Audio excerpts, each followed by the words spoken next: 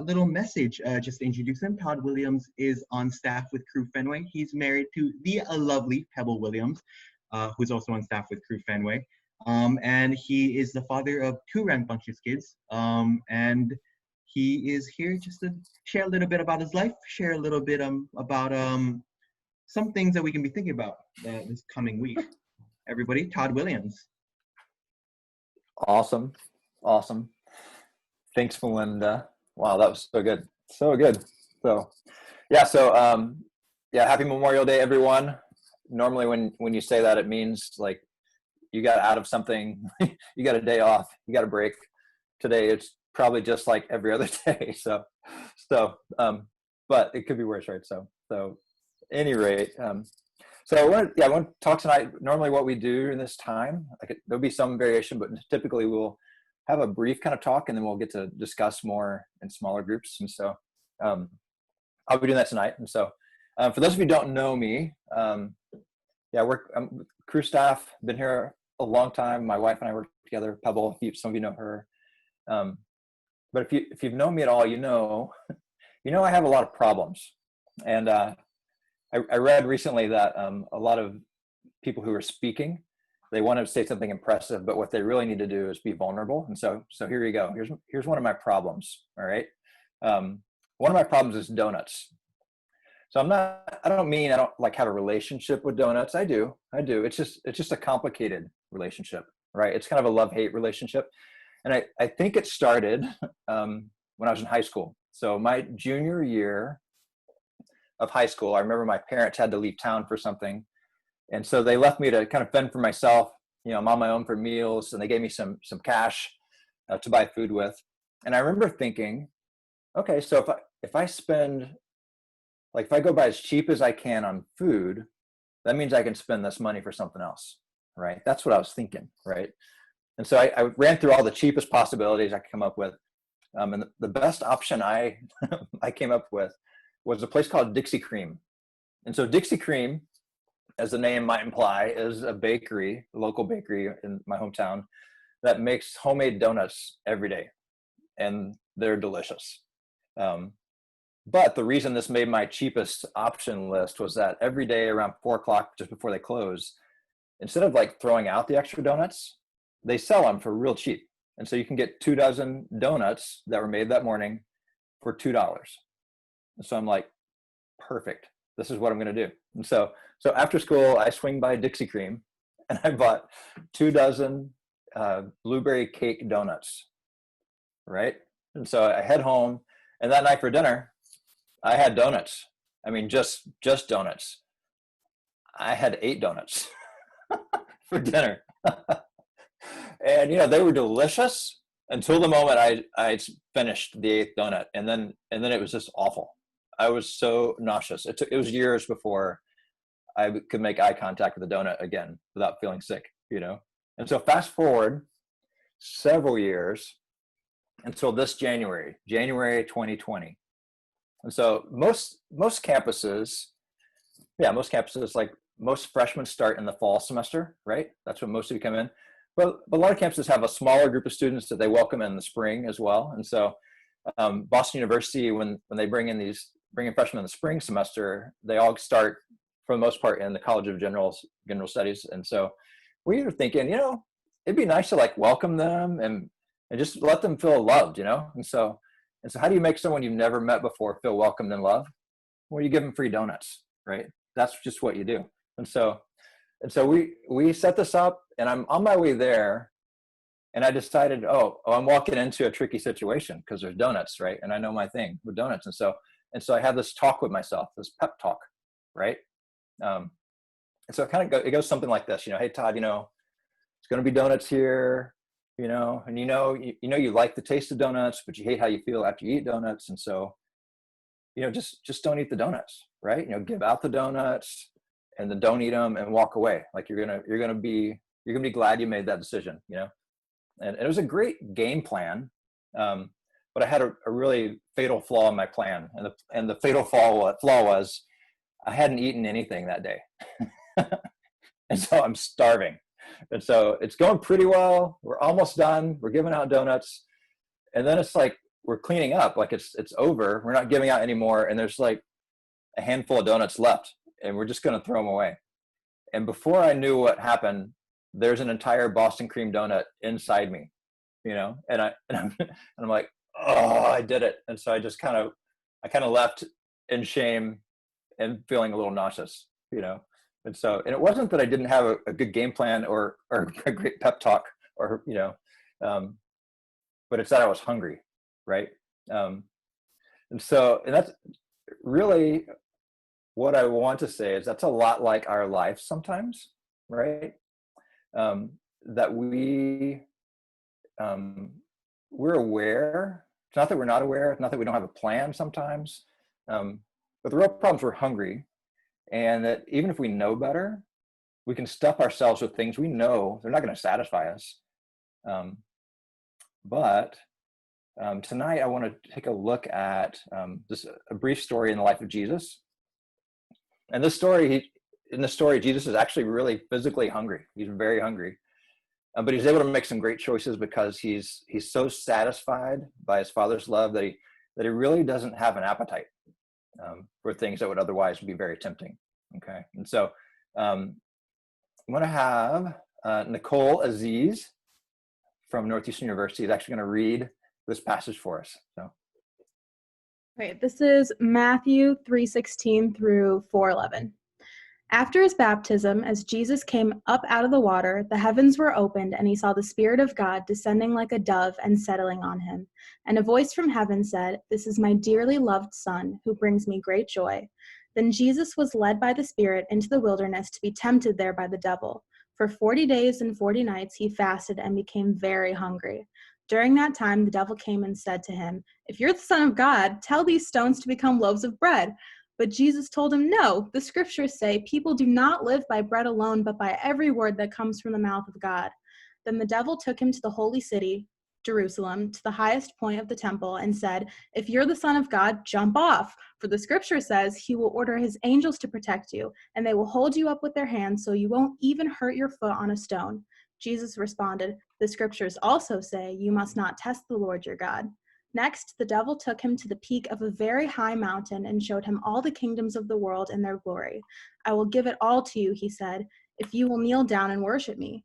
"Get out of here, Satan," Jesus told him, "for the scriptures say you must worship the Lord your God and serve only him." Then the devil went away, and angels came and took care of Jesus. Awesome. Thanks, Nicole. That was great. So in this kind of wild story, Jesus, who's God in the flesh and blood, he's beginning his ministry on earth, and he's led away by the Spirit of God to be tested by Satan. So if you're familiar with the Bible, I'll just remind you, and if you're not, let me catch you up. Satan is this character he shows up a lot throughout the Bible. And he's an adversary of God, but he's not equal with him in any way, not at all. So he's not all powerful. He's not omnipresent. He can't control God. He can't control his children in any way. But his primary tactic is deception.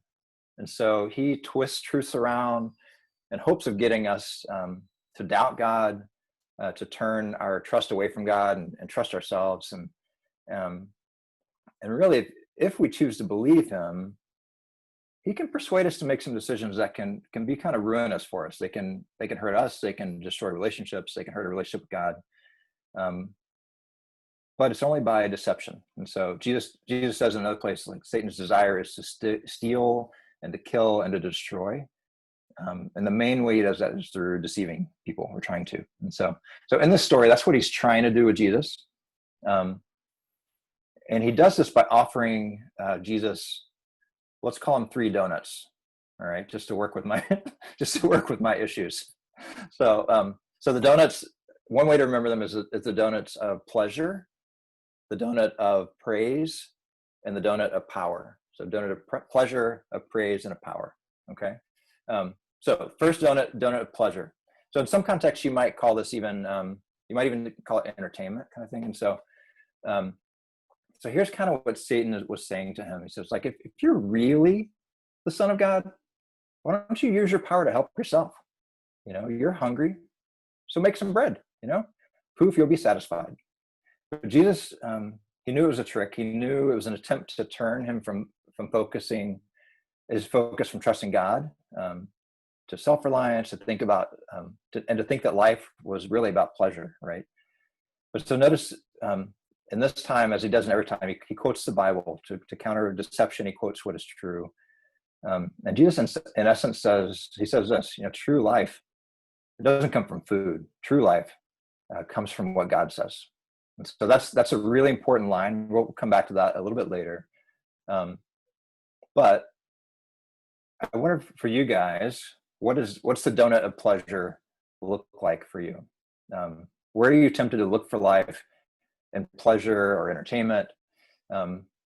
This is for me when I'm bored, and so but I pick up my phone or I check an app or I scroll through Netflix, or when I'm lonely and I, instead of pursuing a relationship, I go to the fridge to make sure I didn't miss a snack I wanted earlier that I didn't see, right?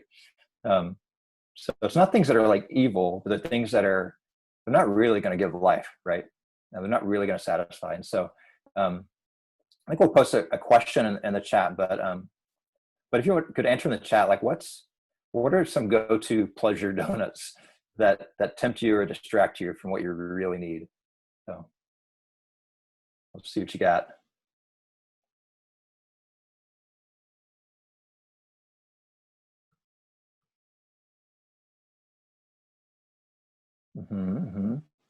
Social media, Netflix, TikTok, oh my gosh, yeah, kill it. There we go. Oh, great. Those are amazing. Yeah, Facebook videos. Oh my gosh, you guys are all over this. You got this. That's yeah. You're feeling me. So that's the first donut of pleasure. The second donut is the donut of praise. And some even kind of reference this a little bit, but it's in some context we might say approval or applause, right? And so this time Satan he quotes the Bible too. He tries to twist it a little bit. And here's what he says this time. He says, if you're really the Son of God, why don't you show off? Do something spectacular. Put on a show, wow the crowds. Why don't you throw yourself off the temple and let angels just swoop in and save you? If you're really so special, God's going to rescue you. So why not use that to your advantage? The crowds will go nuts and they'll stop ignoring you and they'll start praising you. You get the attention you deserve, But Jesus, again, doesn't take the bait because he doesn't need applause to feel significant. I mean, he doesn't need to test his Father to see if his Father truly loves him and approves of him, right? So I'll be honest, this one's a really big one for me. The donut of praise. I'm a recovering approval junkie. Maybe it springs from insecurity, I don't know, but for most of my life, I've been pretty obsessed with what others thought about me. And I can really overthink every relationship sometimes. So I wanted my dad to approve me really badly. I wanted my teachers to be impressed. I'd walk into a room and kind of read the room to see what this group approved of and what they liked. And I'd try to perform for them to kind of become that or look like that. I'd watch nonverbal reactions from people to look for affirmation any way I could get it, right? And I think now there's even so much more pressure now because you're kind of told like you create who you are, you create yourself. You imagine in your mind, even if it's not conscious, you imagine some ideal you, and then you curate all the ways you present yourself in this portfolio to kind of make it look like you are this ideal, right? And so we can get really caught up in managing our images and looking for validation in every like and laugh and heart and follower that we can get, and it's exhausting. It's not actually that satisfying either. Okay. And so another question for you guys to throw up in the chat. What are your donuts of praise? Who are people you're trying to impress? Or what are some of the ways you try to get people's approval? Yeah. Good. Family's a huge one. Professor, friends. Oh, we got a list. Yeah, teachers, yeah, your friends. Could be this group even. Yeah, yeah. Teammate, peers. Yeah, yeah, absolutely, absolutely. Yeah, honestly, even last night for me, this is how deep this goes. Um, while I was thinking about sharing tonight, like what I'm going to say tonight, I imagined saying something that was profound and hearing someone say, "Wow, that's so insightful." Like this was in my head, you know, and I when I heard myself think that, that, oh my gosh, that's a praise donut, right? And when I heard that thought, I just stopped, you know, and I thought I confessed, like, God, here's what I was just thinking, and would you satisfy with me with your love instead of let me look for in other places for it, you know? And really immediately, um, I quit thinking about myself, and I started praying for you guys that God would use what He shares and the way He loves you to set you free, you know? Um, so that was pretty awesome. So we got one more donut to deal with, a couple thoughts, and then discussion. So we've talked about the donut of pleasure and the donut of praise, right?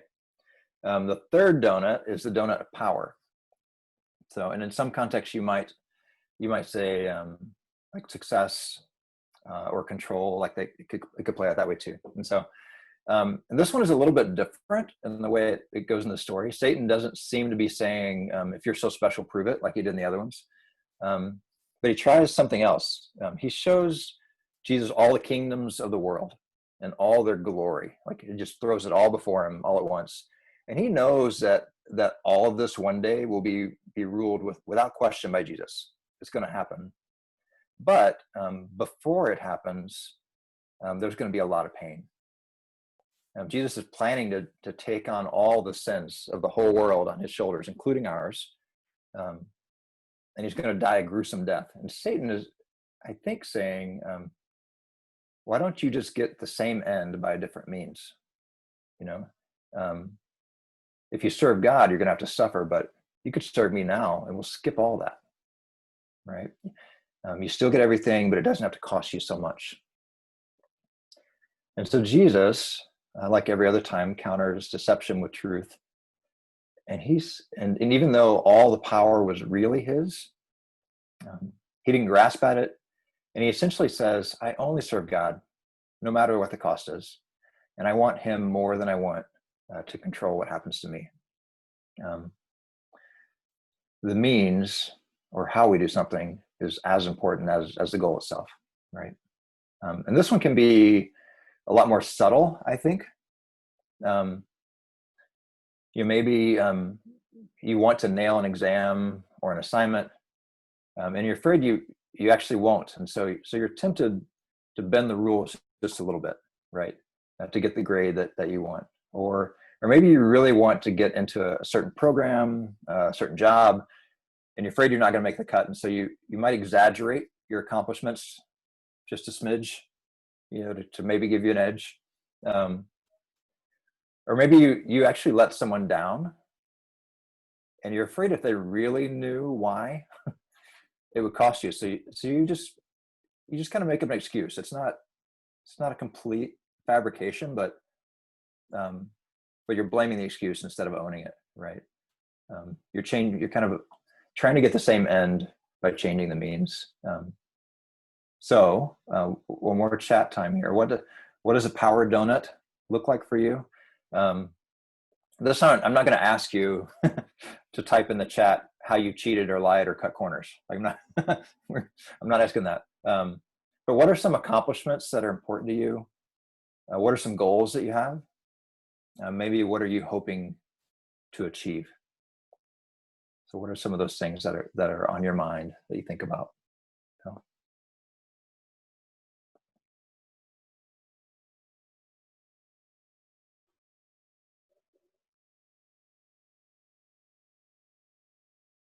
Yeah, good.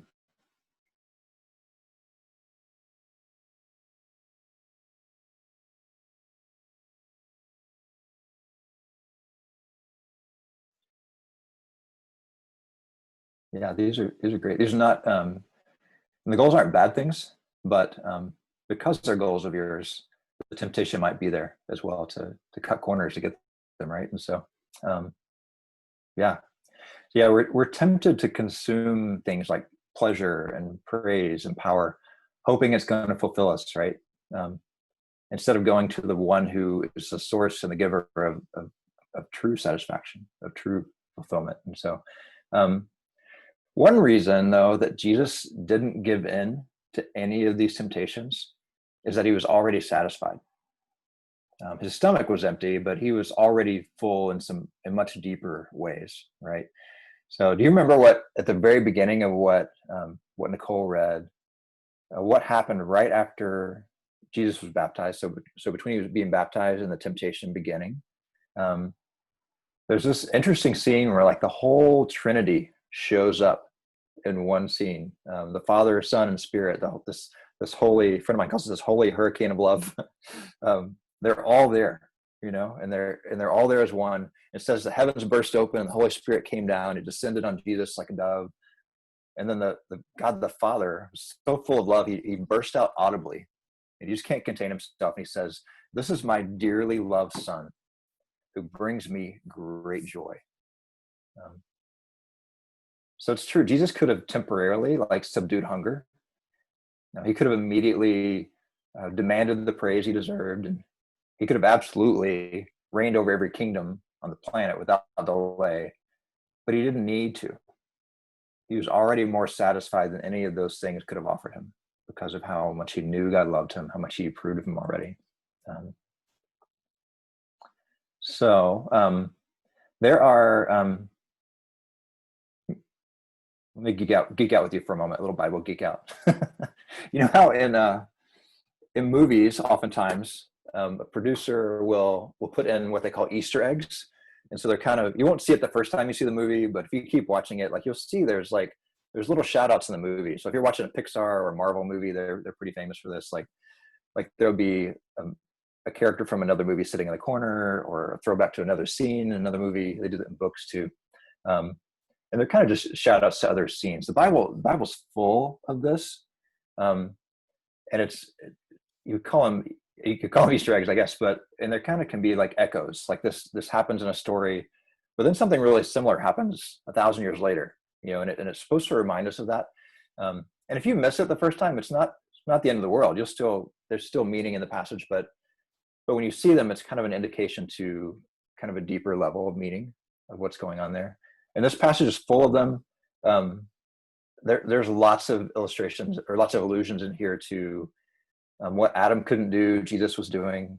What Moses and Elijah couldn't do, Jesus is fulfilling. There's some crazy. Well, I'll give you this one. We'll move on. But all the quotes that Jesus gives, all the quotes from Scripture, they're all from this one book called Deuteronomy, and it's where Moses is kind of explaining the guidelines of how they're going to have this special relationship. Israel's going to have this relationship with God. But Matthew, when he writes the story, doesn't put them in order in the book. He changes the order so they're in the order that the Israelites were tempted with those same things, and they failed all these temptations, but Jesus didn't. And so there's lots of Easter eggs in here. One of them, an echo, hasn't yet happened. It's going to happen later in the book, and it's an interesting story because it's there's connections already to Elijah and Moses. Later in the book. Let me skip a lot of stuff for time. But there's a story we call the Mount of Transfiguration. If you're familiar with this story, and kind of what happens in the story is it's not like Moses and Elijah where they fasted 40 days and they climb a mountain and they meet face to face with God. This is a few of Jesus's closest followers, his disciples, and they're climbing up this mountain, but they're not going to meet God. They're actually walking up with God because Jesus is with them, right? The story of his temptation, Jesus was fully God, fully man. The temptation story, you look a lot at his humanity, like he's hungry, he's vulnerable, but in the story about transfiguration, the reason it's called that is that while they're on this mountain, Jesus is transfigured in front of them. and they get to see a more clear glimpse of his full divine godness. And he becomes this brilliantly dazzling, blinding white figure.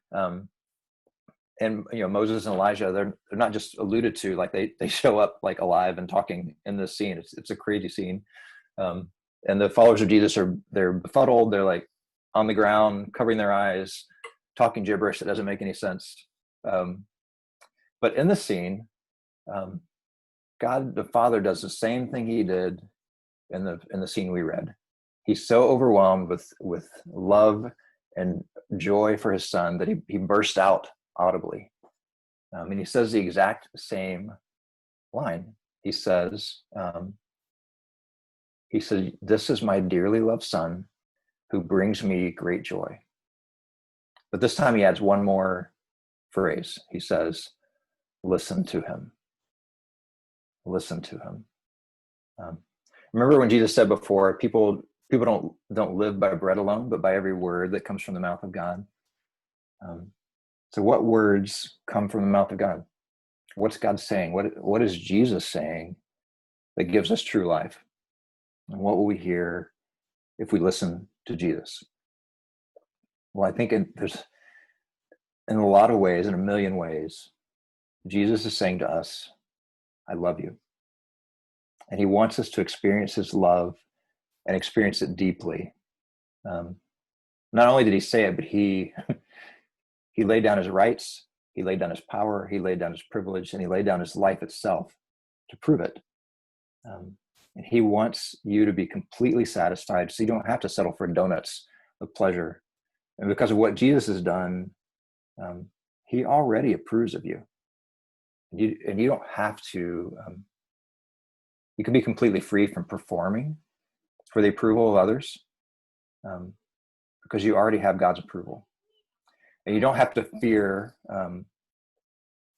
or that you have a lack of control or that you're not going to succeed, because in Jesus you couldn't be more secure. He's already done that for you. You already have more now than you ever knew you wanted or ever knew you needed, and you didn't have to do a thing. And all that's left for us to do is to experience his love, and so we can be free from all the counterfeits. So how do you do that? How do you experience God's love so fully that you're overwhelmingly satisfied? Well, this is where it gets personal, and this is where you work out.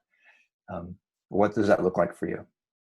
And so Maggie's going to help us transition to some small groups and some discussion time. Talk about that.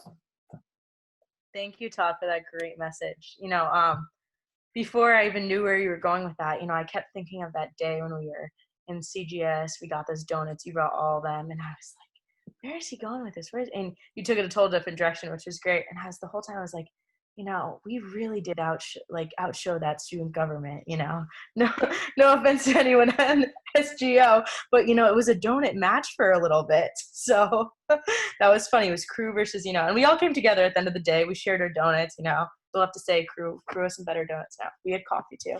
But thank you, Todd, in all seriousness, for that great. Lots of things to contemplate, and it's a perfect time to now get into our small groups. So for the next half hour or so, we'll be in these small groups. And for those that may have not been here last week, these small groups are going to be these groups that you're put in for really the rest of summer. So just to really have that sense of that smaller community and get to know the faces. Again, feel free to put your class year and your school in your name, just in case if we don't know everyone in our small group. And one last thing as we transition into these groups, the help button